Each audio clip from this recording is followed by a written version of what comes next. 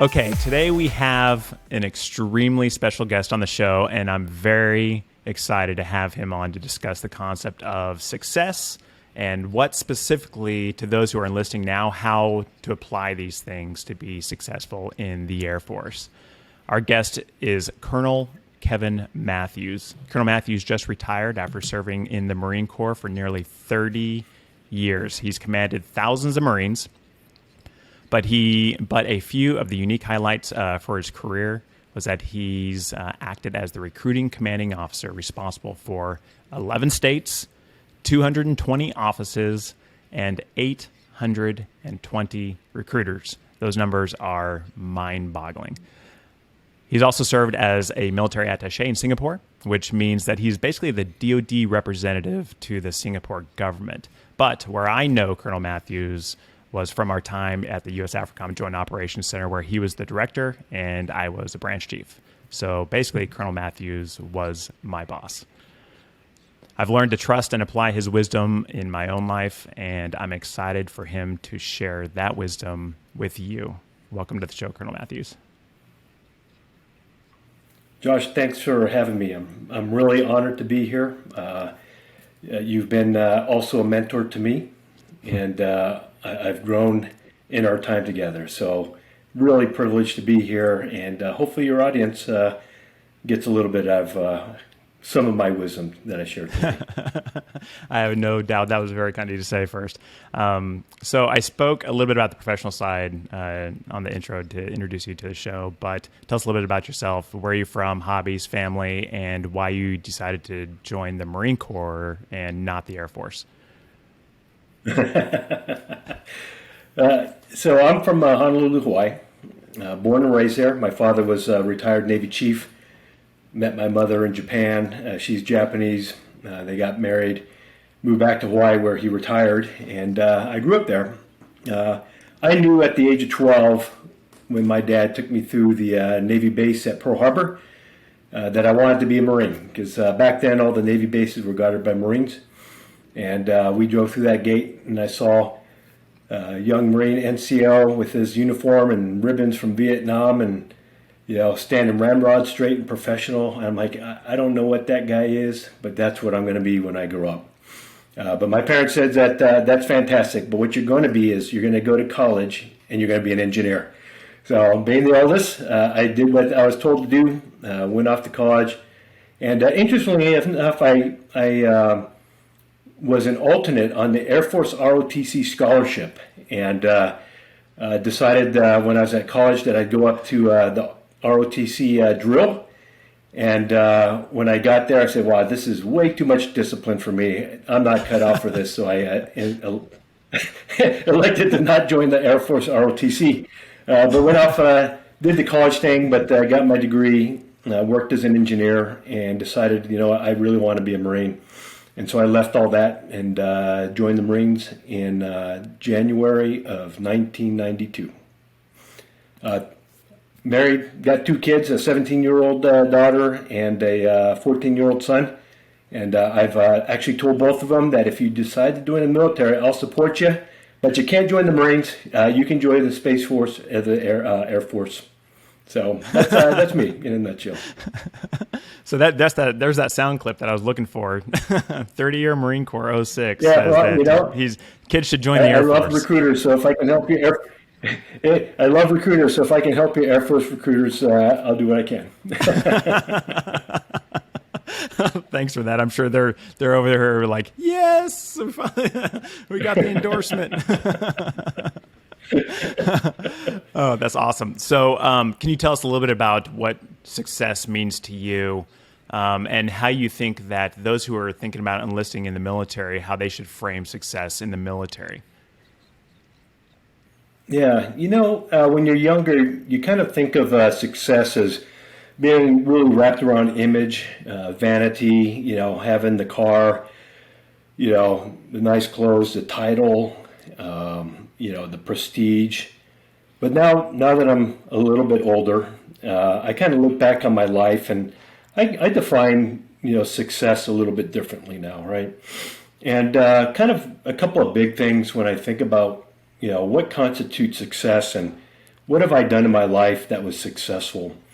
And, the one thing is, kind of finding that niche, right? That thing that you do really well and you're kind of known for being really good at it, and that you also enjoy, what you're doing. And when I think about my occupational specialty was infantry.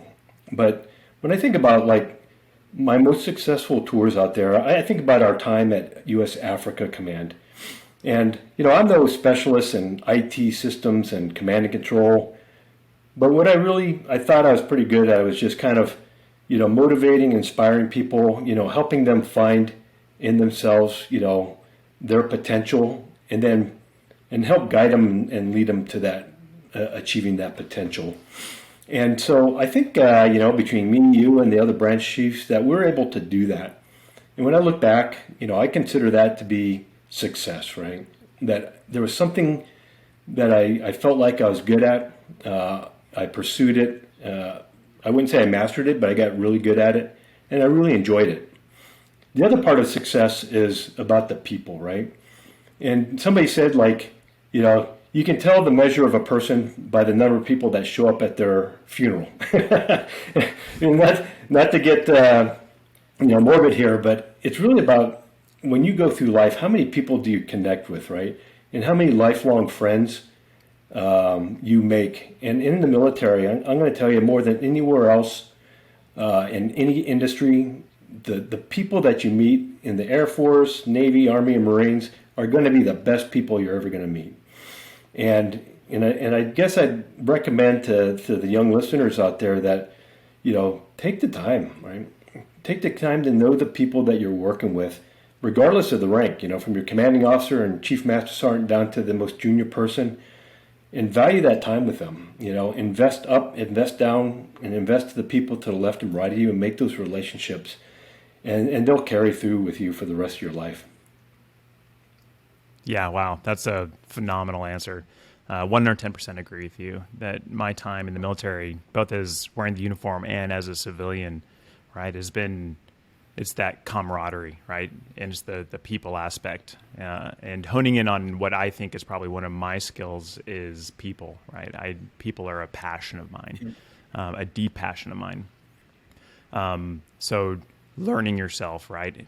Doubling down on your strengths. Yep. Making those yours specific, and then kind of project that out into your actual military career. Everyone has got strengths and weaknesses, right? Some of it's very skill-based, some of it's the interpersonal base and stuff. So 110% agree. Okay, so let's say your son and your daughter both came to you and said that they were going to enlist in the Air Force. What practical advice would you give them to be successful? Let's start with number one, the recruiting process, and then generally speaking, in the Air Force itself.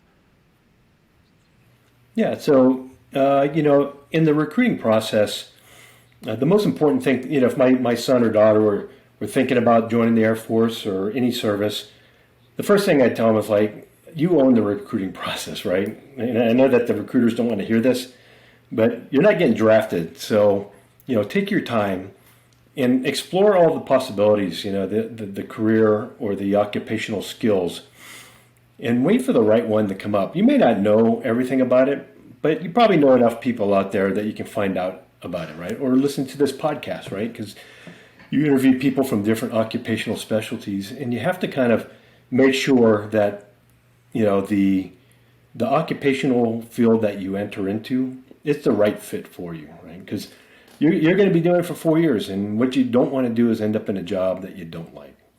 And so, pick the right job and make sure that your relationship with your recruiter is a good one, right? That it's a mutually respectful and trust-based relationship. And if you feel like you don't have that with your recruiter, then, respectfully ask for another one, because that recruiter is going to be your friend for life, and having run Marine Corps recruiting, I ask Marines everywhere, do you stay in contact with your drill instructor or your boot camp instructor? And they say no. I said, do you stay in touch with your recruiter? Yes. Almost all of them to a person says, 5, 10, 15, 20 years, they're still in contact with the recruiter because that's a lifelong friendship because that's the person who changed your life. But once they get in, one of the things I would tell them is that, your career is your responsibility. It's not the Air Force or Marine or Army's responsibility. Where you want to be in the future in the service depends on you, right? And this is not being a careerist or conniving, scheming, thinking about the next thing, but what it is really thinking about where do you want to be 20 years from now? Mm-hmm. I know it's hard if you're just a senior airman going, whoa, I don't know, 20 years from now, that's like 100 years from now. I don't know where I want to be. But think about it, right? Maybe you want to be the Chief Master Sergeant of a Colonel Level Command, and advising a wing commander. But think about that, where do you want to be in the future in the service? And then figure out, what are the steps that I need to get there? Maybe you got to go to resident professional development schools, right, at different ranks. Maybe you need to get a college degree, or there's certain jobs or locations you need to hit. The thing that's important to know is that, the longer you stay in the military and the higher in rank you go, you're still leading people, but really what you're doing is you're leading an enterprise or the institution of the Air Force, right? And so what that means is if you're a logistician, it's good that you can run a warehouse or supply chain, but really what the Air Force or the service needs is for you to run the whole, logistics or supply chain management system for your wing or, your squadron or numbered air forces, right? You're an institutional leader and you're thinking about what's best for the Air Force. So when you think about that and all those, what schools do I need to hit or what billets? I don't know. Well, reach out to mentors, your former, first sergeant or, flight commander or wing commander. They'd love to hear from you. They would absolutely love to hear from you, 5, 10 years from now and ask them, where should I go? What kind of job should I be looking at? And then at each of your career crossroads, make informed decisions, not emotion-based or short-sighted. Think about that roadmap that you develop. And the last thing I'd say is, I hope people don't take offense from this, but when you take career advice, don't take them from your peers, right? Because your peers are probably not the best people, positioned to give you advice on where you need to go to become a Chief Master Sergeant of the Air Force. Go back to your mentors, go back to your former commanders or senior enlisted, and they're going to be the ones, because they've been there, who are going to give you the best possible advice. I really appreciate all that. That's really good. I pull on that string a little bit on the mentors. So everywhere that I've been, I've always had mentors. Surprisingly enough, a lot of them are from other services, which is actually super helpful to make me a little more well-rounded, right? But it wasn't, there was intentionality, but it was very organic in finding those mentors and those mentors finding me. What, in your opinion, what's the best way of finding a mentor? Do you think that it's very structured, like we meet once a week to talk about these specific things, or do you think it's just more kind of gray and loosey-goosey? Is it bottom up, top down? Kind of, can you speak a little bit more on the mentorship? Yeah, mentorship is an interesting topic, and it's defined in our service documents, but in actuality, the way it works out, it depends on the individual, right? Every leader should have a structured, formal mentoring process where they're providing you, clear, concise feedback on your performance and how you need to get better. But that's probably not, a lifelong mentorship relationship, right? A lifelong mentorship relationship, which are the most valuable ones, are the ones that just kind of grow through,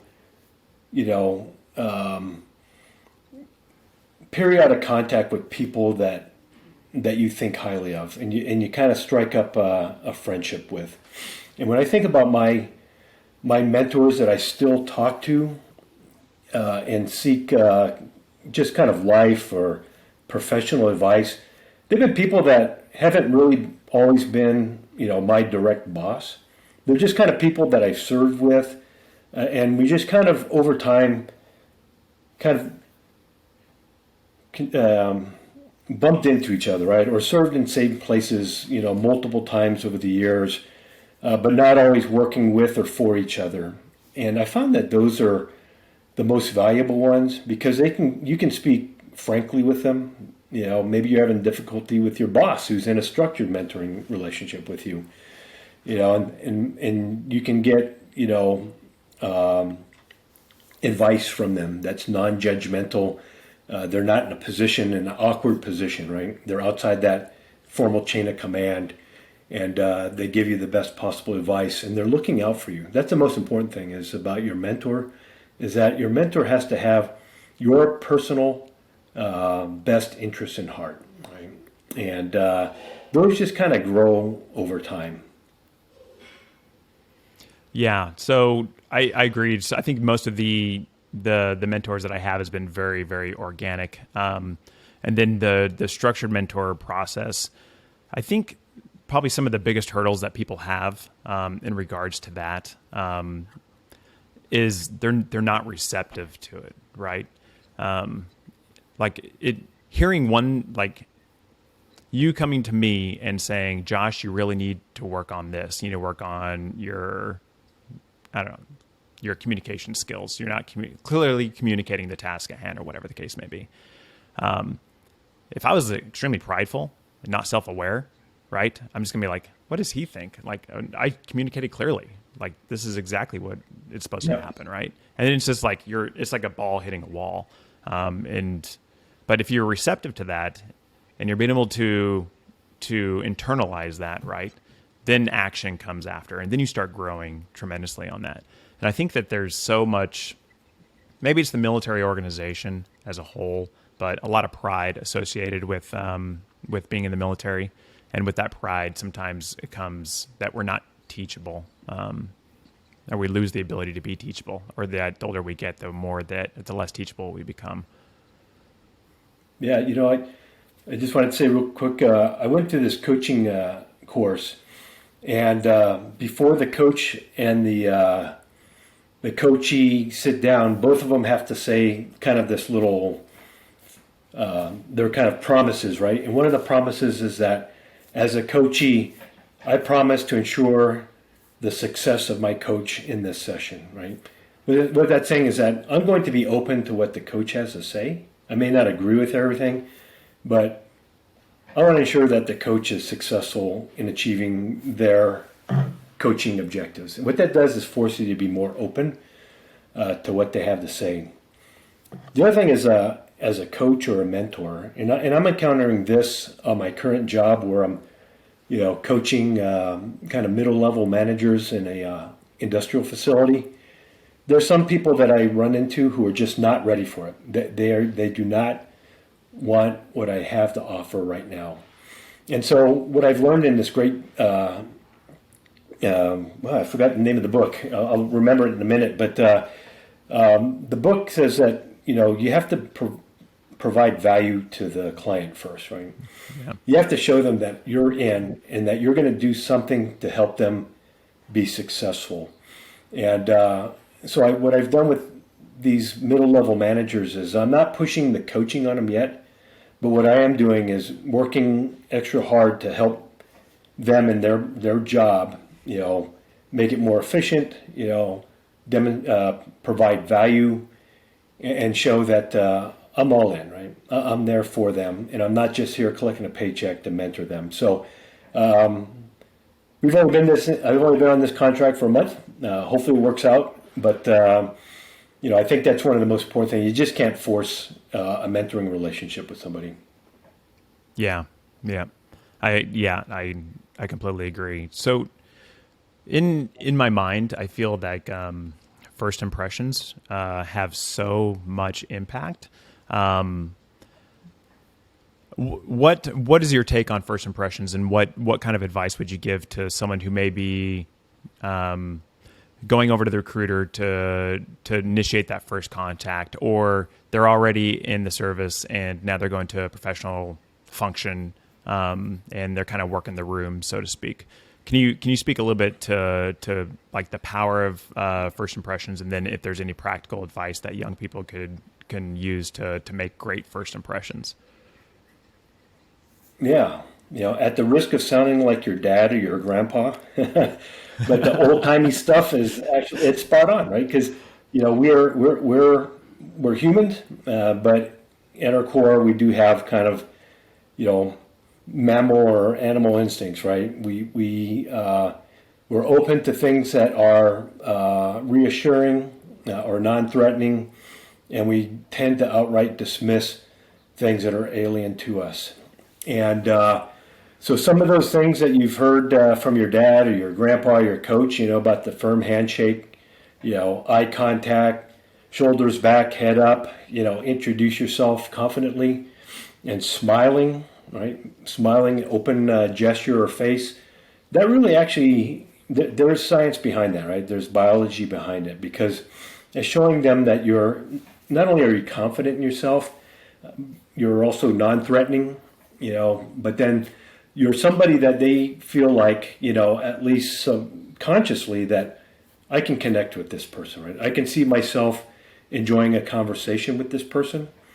And that's going to go a long way for you. And I'll tell you that doesn't come natural to all people. For me personally, I'm a introvert, and I generally in the past did not enjoy social functions.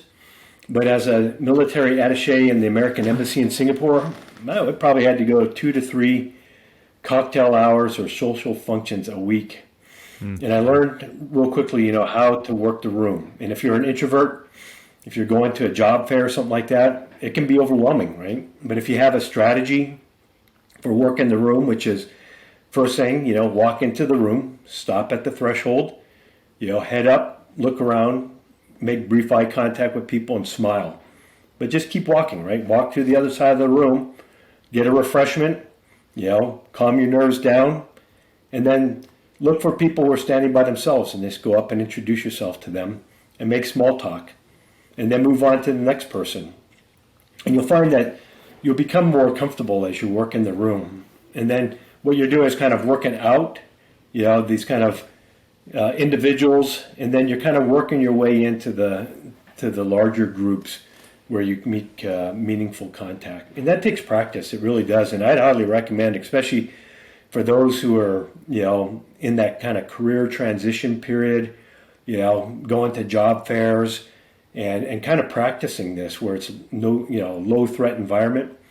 But practice those body language things of smiling, firm handshake, making brief eye contact, making small talk. And the easiest way to make small talk is just ask questions. Ask people about them. Where are you from? Where'd you go to school? What do you do now? What do you enjoy about it? And then move on. Don't go for the kill. Look for the reference or anything like that. But practice it, because you find that over time, these things about first impressions and work in the room will become more comfortable and something that you'll be able to do, without a lot of discomfort. Yeah, that's all really, really good practical advice. So, quick story, confession time on my side. So I'm from a small town in Oklahoma, and I enlisted in the Air Force because I thought I was too stupid to do anything else, right? I almost failed out of high school, and it just happened to be the Air Force that was the first recruiter station that I went into. So I could have easily gone into any service. It just happened to be the Air Force at the time. But I wasn't very confident at all in the least bit. But it's been, over time, it's come a little bit easier to me because I'm an extrovert, right? And I truly enjoy people and hearing their stories. But like even the way that I dressed wasn't very confident, right? And then I got married, and my wife, who is extremely confident, and grew up in a family of very, very confident people, kind of in that, I'd probably say the social etiquette was pretty high. She's like, you need to change the way that you dress, because you dress like a kid. And it's like, if you ever want to, promote higher or whatever the case may be, then you need to start dressing like an adult. And it's like, well, okay, what does that look like? It's like, well, just look around, right? And if you go to a social function, and you look around, if everyone's wearing civilian clothes, you'll see the senior leaders are wearing like khakis and a polo or a button up. And the younger enlisted are wearing like gym shorts and a t-shirt. And it's like think about what it is that you're projecting, right? Your haircut, like making sure that you're clean, right? Because perception, as much as we hate it, is reality, right? It's biological. We're being judged all the time. We're being judged on the mannerisms that we're having now in the video, right? So it's so think specifically, like you said, on those nonverbals, the body language, the eye contact, exactly like you said. And I think one take home for the audience, if you're enlisting in the Air Force, is your time in the delayed enlistment program. I think that's a perfect avenue to during your monthly meets is practice those working the room, right? When you get to the meeting, you should be like handshaking and introducing yourself and talking to everybody that's there, every other recruit, right? That's a great practice avenue. So all really, really good advice, Colonel. I really appreciate it. So tell me about a time, maybe tell me a story of a time that you failed, and that it had like a great lesson learned in it that you were able to apply later in life. Yeah. So I'll start off with a quote. This great philosopher named Dave Hagman. And he said that true growth occurs when we put our shoulder into what is painful. And I'll tell you that failure should not be something that is feared, right? Because that's when true personal and professional growth occurs. And for me, I failed a few times, but the biggest one was in 2006. Okay. Prior to 2006, I had my first recruiting tour. And I was a major, and I had a successful tour. We were recruiting station of the year, and promotion rates to lieutenant colonel for majors who completed recruiting, almost 100%. And I finished that tour, and I went to infantry battalion to be the battalion executive officer. So that's number 2 in the 05 level command. And I was pretty cocky. I mean, I was arrogant. I just finished the toughest tour for majors. I was pretty harsh with people. I just kind of like told people, suck it up, do what you're told to do. I didn't have a whole lot of compassion for people's difficulties, And I went to the infantry battalion, and I was so confident that I was going to get promoted that I'm like, man, we're going to Iraq, and I better just buy all my lieutenant colonel rank insignia now, because when I get promoted out there, I need to have it, right? So we go to Iraq, and then about midway through the deployment, the battalion commander, Lieutenant Colonel, called me into his office, and he says, hey, Kev, I don't know how to tell you this, but I'm just going to come out and say it. You didn't get promoted to major. And I was like, holy smokes, I've never failed at anything in this point in my life. I've always been number 1. And now I failed promotion to lieutenant colonel. I said, there's no way this is true. And I was in complete denial. And I'm like, clearly they made a mistake. And I'll just check the administrative messages tomorrow. They'll send a redaction. They obviously made a mistake. And so the next morning I look for it. It's not there. The next morning, the next week, the next month, and there's no redaction. And I'm like, I actually got passed over, right? And it was hard because, I was a little bit too full of myself. And I had to come back from that deployment and see all my friends who were wearing lieutenant colonel rank, at these social functions, and they were going off to 05 level, lieutenant colonel level command. And I was stuck there as a major, and I felt humiliated. And and it was really a tough time for me.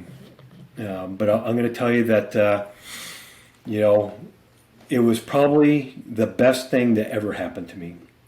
Because as I mentioned, you know, I was arrogant, brash. I just said whatever I felt, no matter how much it hurt people. And I ended up learning that, you know, that I had a responsibility to show compassion to people, right? That I had to talk to people in a way that was respectful, that treated them with, you know, the dignity that people deserved, that I had to be humble and understand my limitations, and that I was not special, right? Nothing was owed to me, and that I was just like any other of the thousands of majors in the Marine Corps, and nothing, I was not, you know, any better than anybody else. And so at that point, I just said, okay, you know, we're in an up and out system. I get one more look for Lieutenant Colonel. If I make it, that's awesome. If I don't, then I just need to move on, right?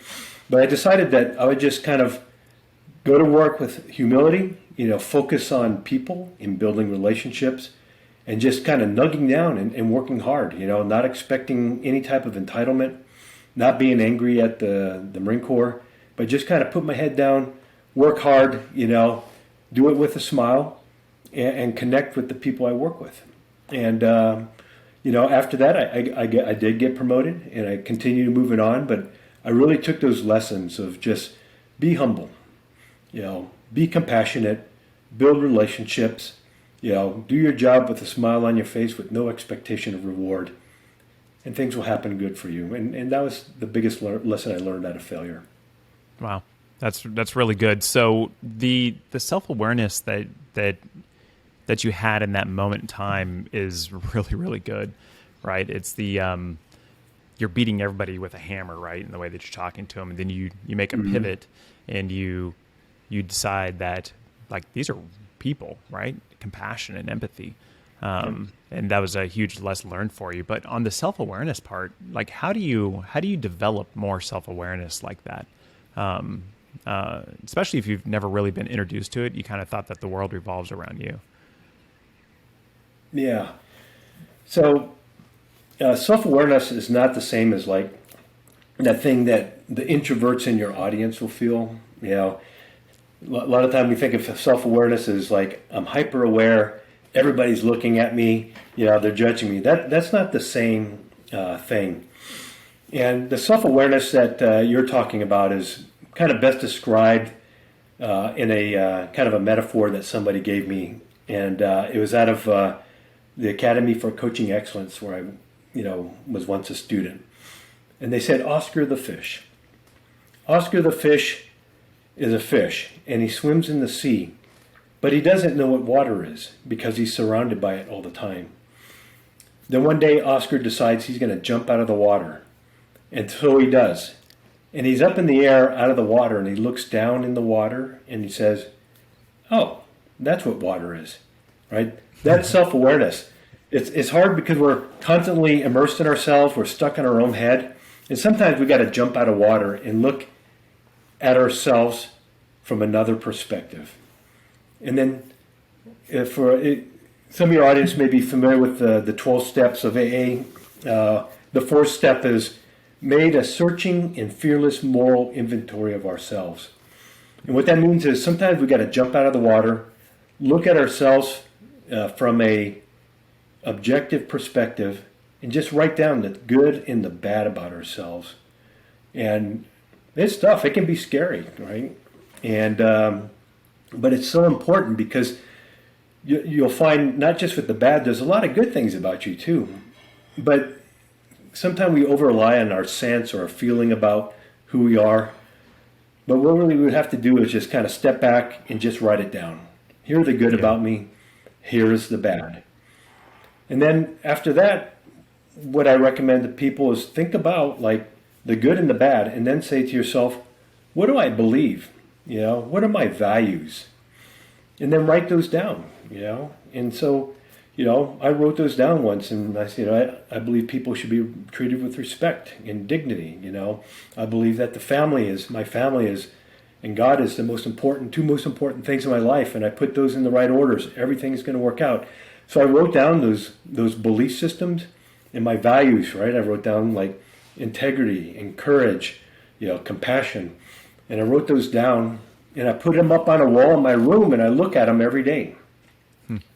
And then the last thing that you do is I recommend to people about journaling, right? Kind of that self-reflection every day, just a small little book, and just say, today did I live up to my values and beliefs? Yes or no? And how did I? And what am I going to do better tomorrow?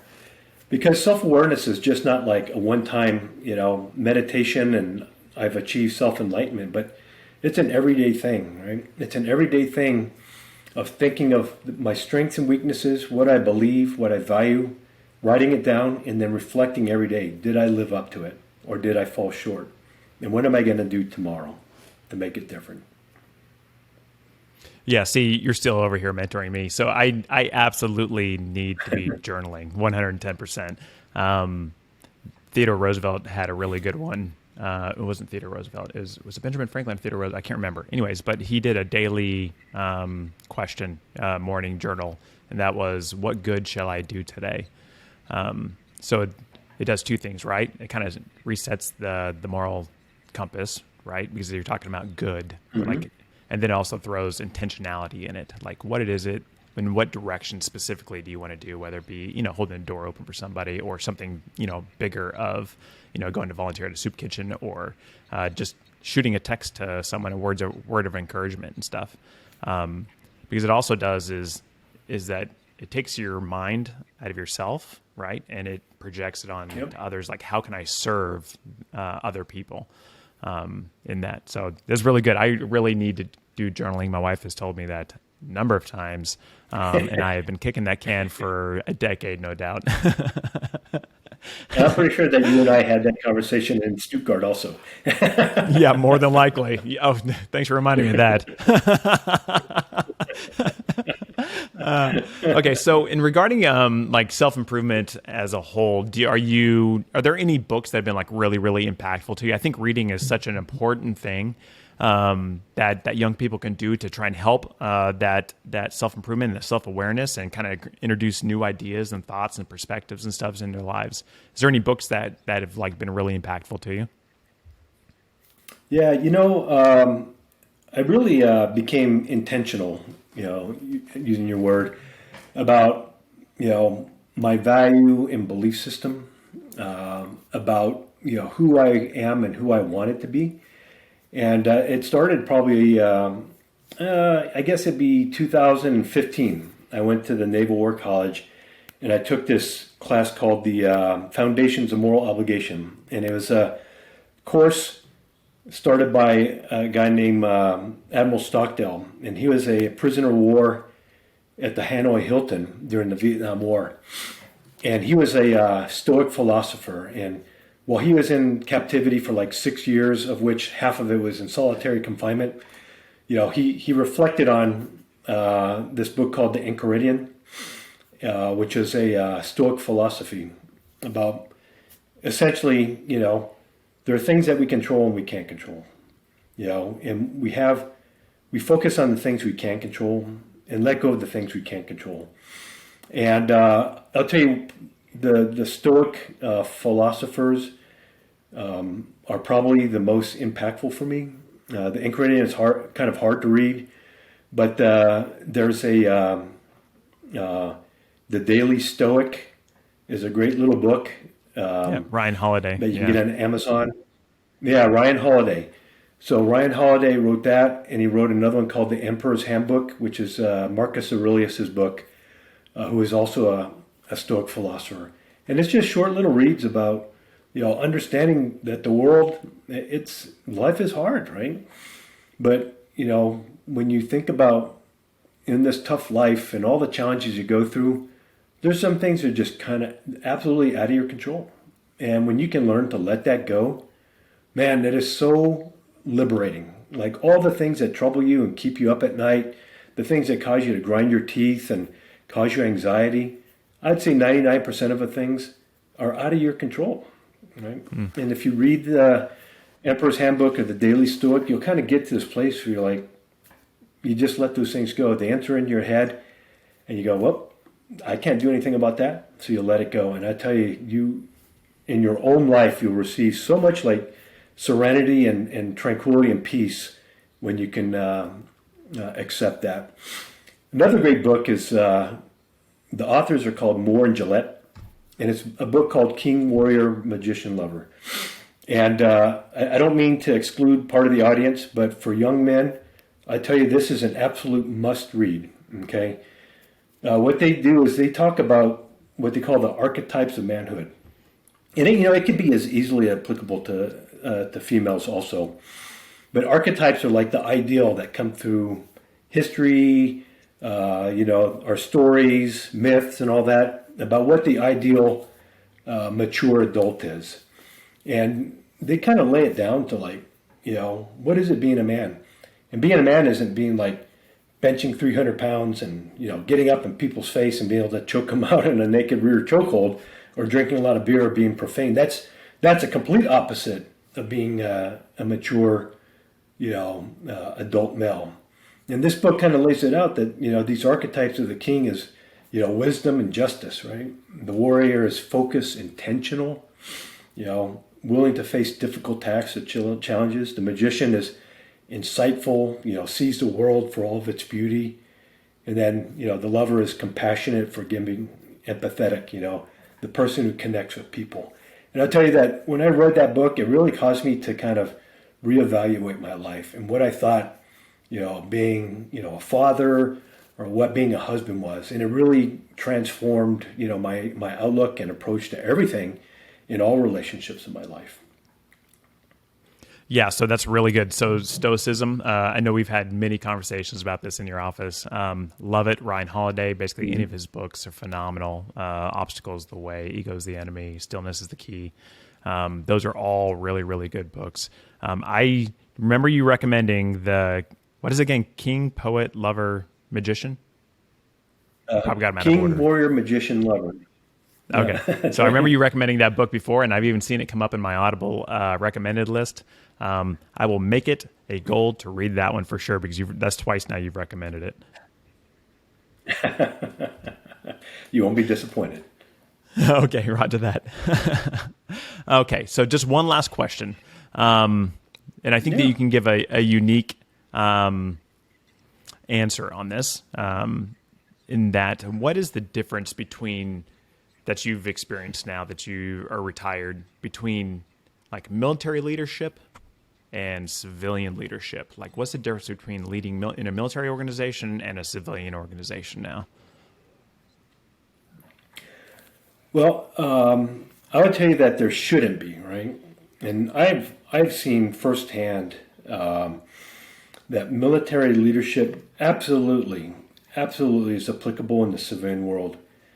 However, you don't see any of it. The things that, your audience who are currently in the military take for granted, like, setting a positive example, being able to plan and prioritize, being able to communicate effectively to people, getting involved with people's, your employees' issues and help them resolve them, kind of motivate and inspire them to achieve their potential and take your company from good to great. Absolutely missing out there. You see it in bits and pieces. You may be lucky enough to land in a company one day where you see all of it, but most often you just don't see it out there. And I'll tell you that probably, the three things that, a lot of civilian leadership, they really need that they could use and learn from military leaders are like how to plan, how to organize, and then how to communicate. We take that for granted. You have a plan of the day, or if you're going to do a big maintenance project or you're going to deploy, you start with the plan, right? And you build it, a realistic plan based on, your staffing capacity, work hours, any of the other constraints that you might have, policies or laws or whatever. You build the organization around the task, and then you communicate it, to your people. So everybody in the squadron or the wing or, wherever you're at, everybody from the top at the commanding officer and senior enlisted advisor level down to the deck plate or, the flight line, they all know what the plan is. They understand the timeline, the intent, the end state, and everybody works together as one big group to accomplish that. And you just don't see that out there in the civilian world. And I think all of your listeners out there know this stuff. You practice it, you see it every day. And that day that you decide to join the civilian world, that's a golden thing that you're going to bring out there to any company you go to. That's wonderful. Colonel Matthews, it has been an absolute pleasure. I really, really value your wisdom and insight. And I have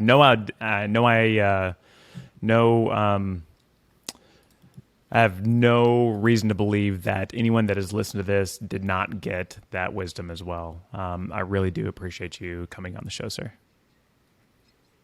Thank you very much. And I wish the very best to you and all of your listeners, either going into or currently in or out of the Air Force. Best of luck, and God bless you.